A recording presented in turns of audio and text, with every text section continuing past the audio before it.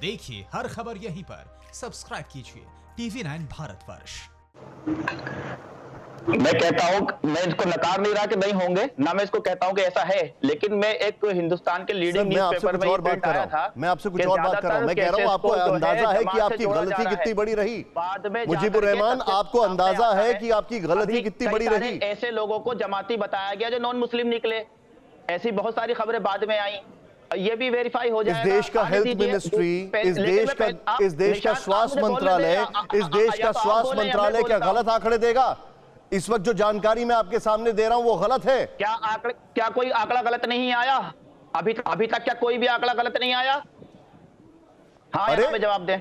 आप तो गजब कर रहे हैं। मैं आपके सामने फैक्ट्स रख रहा हूं, मैं आपके सामने अभी के फैक्ट्स रख रहा हूं। आप बोल रहे हैं क्या कोई आंकड़ा गलत नहीं आया? मैं फिर से अपना पुराना स्टेटमेंट दूंगा। आप बोलने के बाद तो सोच लिया करिए, अगर पहले नहीं सोचते हैं तो। क्या एक मिनट, सुबूही खान, आपका रिएक्शन इस पर।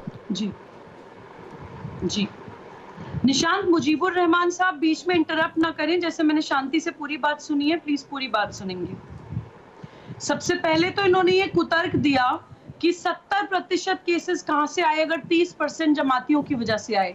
तो जो 70% केसेस हैं वो जानबूझ के लाए हुए नहीं है, जानबूझ के कोरोना फैलाए हुए नहीं है। कोई बस के सामने आके एक्सीडेंट से मर जाए तो वो एक्सीडेंट कहलाता है, और किसी को अगर धक्का दे दिया जाए बस के नीचे और वो कुचल के मारा जाए तो वो कोल्ड ब्लडेड मर्डर कहलाता है। तो ये डिफरेंस इन्हें पता होना चाहिए 30% और 70% में।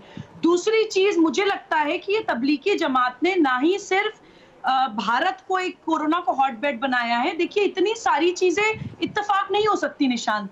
पहले तो मलेशिया में इन लोगों ने साउथ ईस्ट एशिया को पूरा हॉटबेड बनाया कोरोना का।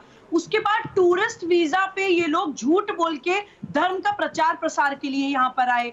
22 मार्च तक ये लोग दिल्ली सरकार और केंद्र सरकार की गाइडलाइंस को वायलेट करते हुए वहां पे छुपे बैठे रहे।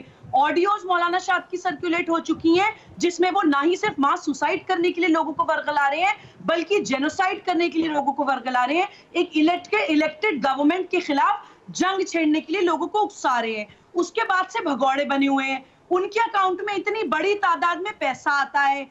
जो कोरोना वॉरियर्स हैं, डॉक्टर्स पे, पुलिस वालों पे ये लोग पत्थरबाजी करते हैं, अभद्र व्यवहार करते हैं, और अब आप ये रोहिंग्या कनेक्शन भी दिखा रहे हैं। तो ये सारी चीजें इत्तेफाक नहीं हो सकती निशांत। और ये जो रोहिंग्या जो गायब हैं, क्या सुबूही खान कह रहे हैं कि एक साजिश है, क्या एक स्ट्रैटेजी है जिससे कि देश में कोरोना फैलाया जाए? मुजीबुर रहमान, निशांत मुझे जस्ट 5 सेकंड्स दे दीजिए। बिल्कुल, आप बोलिए पहले, फिर मुजीबुर रहमान से मैं रिप्लाई लूंगा। बोलिए सुबूही जी, बोलिए। जी, मैं ये बोल रही हूँ कि ये जो रोहिंग्या गायब है, इनसे हमें दो बातें पता चलती है निशांत। एक तो ये कि ये जितनी भी कट्टर संस्थाएं हैं, रोहिंग्याज हैं, बांग्लादेशीज हैं, इन सबका एक नेक्सस है। ये एक मधुमक्खी के छत्ते की तरह है। तभी अगर किसी भी एंटी नेशनल आप एक भी फोर्स को अटैक करते हैं तो ये सारे मधुमक्खियों की तरह हम लोगों के ऊपर भिनभिनाने लगते हैं और अटैक करते हैं। दूसरा जो गायब है रोहिंग्या, देखिए ये बायो वॉर का जमाना है निशांत, और ये एंटी नेशनल फोर्सेस, ये मानवता विरोधी मानसिकताएं। ठीक है, एक मिनट, मैं इसको एक एक करके सुबह एक करके 1 by 1। मुजीबुर रहमान, अड़ी सोमवार से शुक्रवार शाम 6 बजे सिर्फ TV9 भारतवर्ष पर।